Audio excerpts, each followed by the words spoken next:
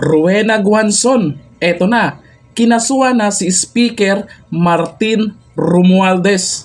Oo, tama kayo sa narinig nyo. Panoorin po natin yung hinanaing po ni Rowena Guanzon. Alam ko kakamping to ah. Teka, nasana yung mga kakampi na ito dati? E balita ko may isang vlogger pa na pumapabor na kay Tambi. Sana Paano na to? Si Rowena Guanzon, ito, isa sa nakikita kong may paninindigan. Kakamping noon hanggang ngayon. Yung iba, pink, naging pula. Anyari na.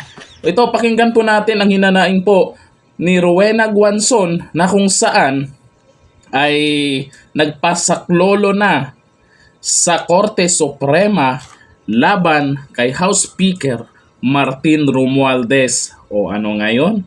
Gulat kayo no? Nagkaroon agad ng kaso. Yung iba, dapat kasuhan, dapat kasuhan, dapat kasuhan. Hanggang ngayon, wala pa man. So eto, panoorin po natin. Nanalo na nga kami, ayaw nyo pa kami paupuin dyan ng maaga. Eh, syempre po, magre-reklamo kami. Maawa na lang po kayo. Maawa na lang po kayo sa mga PWD constituents at lahat ng mga nagsusuporta po sa amin. 391,000. Tingnan nyo naman yan. 391,000 ang sumuporta dyan sa party list nila Rowena Guanzon. Pero hanggang ngayon, hindi pa rin nakaupo. Ano na? Bakit? Anong dahilan? Takot ba sila dito kay Rowena Guanzon? Eh malamang ito yung talagang hindi kayang bayaran. Kung saan bumabor noon, kung saan siya noon, nakikita nyo po hanggang ngayon, dyan pa rin siya sa pinaglalaban niya. Galit siya sa mahilig sa cook. Di ba? Nung eleksyon, mahilig siya sa cook. Eh tayo, hindi tayo naniwala yan sa mga sinasabi niya, di ba? Kaya nabudol nga tayo eh. Sana Ngayon, hanggang ngayon, galit pa rin siya sa cook. At eto na nga. Ang boto po namin nung 2022.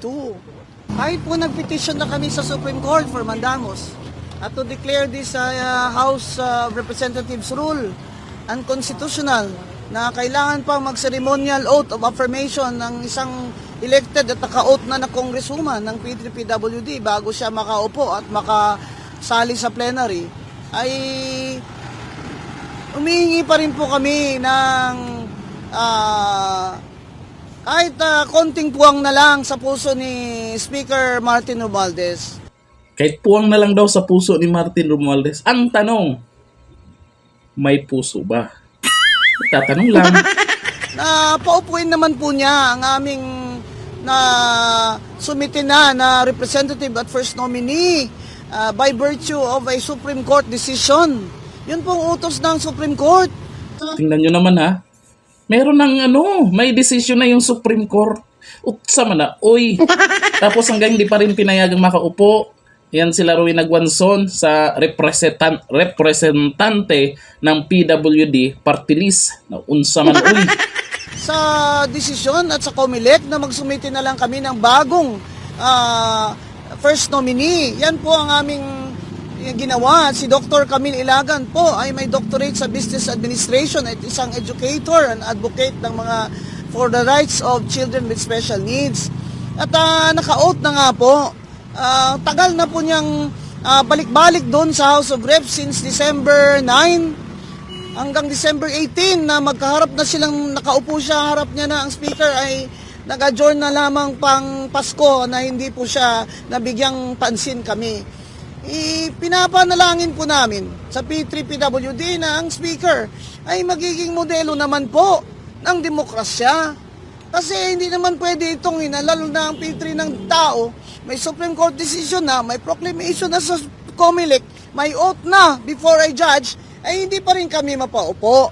Hindi pa rin nakaupo no? May decision na. Ang nakakalungkot dito, si Speaker Martin Romualdez ay hindi naman binoto yan, national. Pero itong PWD party list, sino ang bumoto niyan? 'Di ba? Nung election, pang national election 'yan. Si Martin Romualdez, sabay mas malakas siya House Speaker. Sana Speaker siya Sabagay. Ang ibig po bang sabihin nun, ay pwedeng ma-veto pala ng speaker ang eleksyon, ang will ng voters, Pwede palang mabeto ng isang House Speaker ang resulta ng eleksyon? Aba, ang lakas. Sana For the all. first time, iba na ang bagong Pilipinas. Pwede pala yun eh, no? Ay, ako'y nagtatanong lang din kasi ngayon ko lang narinig ng pwede pala yun. Lakas. Lakas ni House Speaker. ng voters. Kasi po, kung hindi pala niya kami di para na rin kami hindi na naging walang silbi na po yung pagkapanalo namin at ang karapatan ng mga taong bumoto sa amin na kami makaupo doon at magkaroon ng boses sa mga PWD at mga pasyente doon sa ating kongreso. Yan lang po ang hinihiling namin sa kanya. Sana naman po ay may 3 araw pa simula ngayon bago mag-recess ay pa-out na niya. Baka naman naging busy lang siya masyado sa budget pero talaga pong wala. Nga naman. Baka busy. Mga busy sa Sana budget.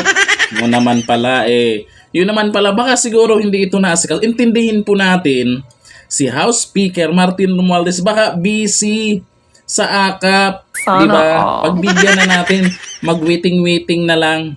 Hanggang ngayon, katagal-tagal na, hindi pa pala nakaupo itong mga representante ng PWD Party List na unsay. Balik-balik na po kami sa Secretary General. Email kami ng email. Ang Presidente, si Ma'am Grace Yanesa, email ng email. Nakakahiya na po itong ginagawa nila sa amin.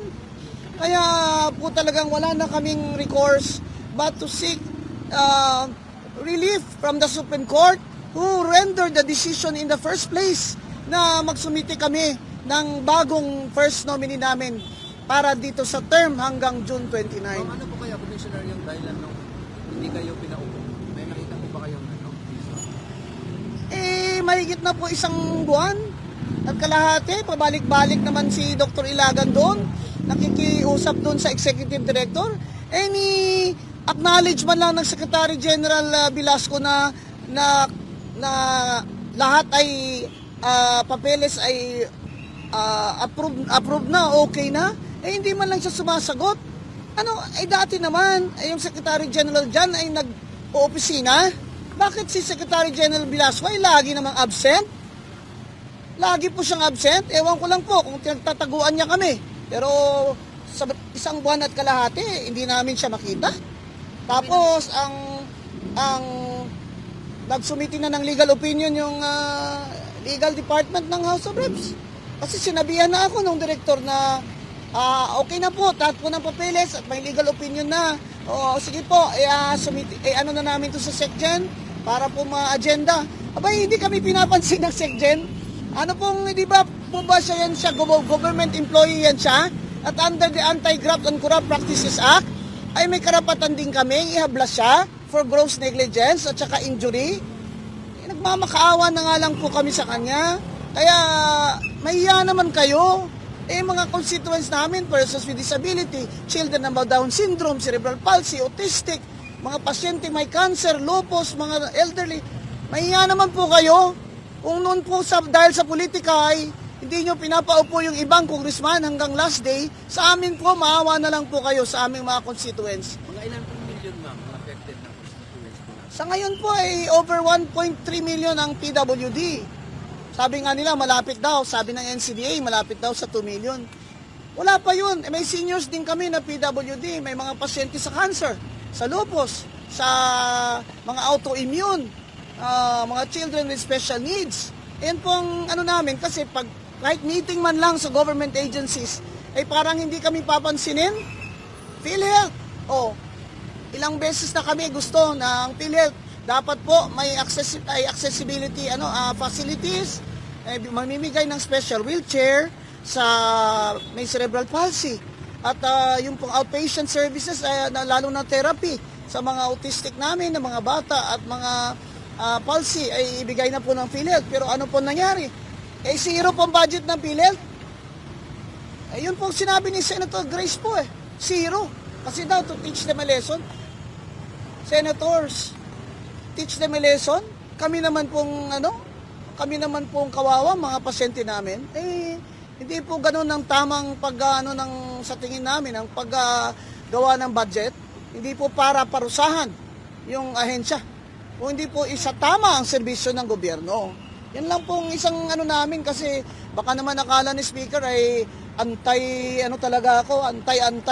Naku sir, pro PWD po ako at children with special needs. Yan po ang trabaho ko at advocacy ko. Kaya lang naman kami nagrereklamo dahil nakakaligtaan nyo na kami. Wala nga kami, nanalo na nga kami, ayaw nyo pa kami paupuin dyan ng maaga. Siyempre po, magrereklamo kami. Maawa na lang po kayo. Maawa na lang po kayo sa mga PWD constituents at lahat ng mga nagsusuporta po sa amin. 391,000 ang boto po namin noong 2022. Wala, 2 years na po yung cycle ng budget, wala po kami talaga. Ang tanong ko nga po dyan, isa pa, yung sweldo po na nakalaan para sa P3 PWD na representative at staff namin, saan po napunta? Yan po yung isang tanong namin. Hindi naman siguro pwedeng ipamigay yun sa iba. Sana po hindi naman. Ayan ha, narinig nyo naman siguro yung hinanaing po ni Rowena Guanzon. Kaya para sa akin naman, at least tama lang naman yung ginawa nila. Ay nagpasaklolo na po dyan sa korte. Para sa akin naman, ay sana rating ito sa mga taga-kakamping. Baka bingi-bingihan lang yung iba dyan. Suportahan nyo naman itong si Rowena Guanzon. Isa ito sa talagang pinanindigan niya yung kakamping nung eleksyon. Baka naman. Pink kayo, tandaan nyo yan. Huwag kayong magpula-pula dyan. Suportahan nyo to. May isang vlogger na basta ganun man, nasa ganun yung pangalan. Kakamping din. Solid kakamping talaga. Pero yung mga vlog niya ay kumakampi kay Tambi. Sana all. Pabor lagi doon, tapos kontra kay Duterte. Anyari. Naligaw na kayo. Paano habang tumatagal pag nagwawatak-watak na kayo? Paano nyo susuportahan yung senatorial candidate nyo ngayon? Paano manalo yun? Di ba? Parang nangyayari ngayon sa senatorial election, mukhang naglalaban-laban na lang ngayon yung pula tsaka green. Yung kulay pink, mabaliwala kayo. Ibalik nyo yung puwersa nyo. Magkaisa kayo. Tulungan nyo to, Rowena Guanzon. Alam nyo, hindi naman ako kakamping. Pero bumilib po ako dito kay Rowena Guanzon. Yan ang talagang may paninindigan. Yung paninindigan, yun dapat yung tandaan nyo. Kami po ay hindi naman masasabing bumaliktad kami, kung hindi, withdraw to support, kasi magkasama naman yon. Sinuportahan yung pula dahil sa mga Duterte. Sinuportahan yung Marcos dahil sa mga Duterte. Ngayon, nagkalabo-labo na, withdraw to support lang ginawa ng mga Duterte vloggers. Tapos kayo, kakamping, walang withdraw to support na usapan doon. Kung hindi, bumaliktad na kayo. Hindi nyo sinuportahan, yung pinaglalaban nyo noon, nasaan na? Kayo yung unang nagsasabi sa anong eleksyon na bangag. O nasaan na ngayon? Diba? Suportahan nyo po ito kasi ito may pinaglalaban naman talaga ito at dapat na talagang makaupo dyan sa kamara. Abangan natin yan kung anong magiging resulta niyan. Nandito na. Thank you. Bye-bye.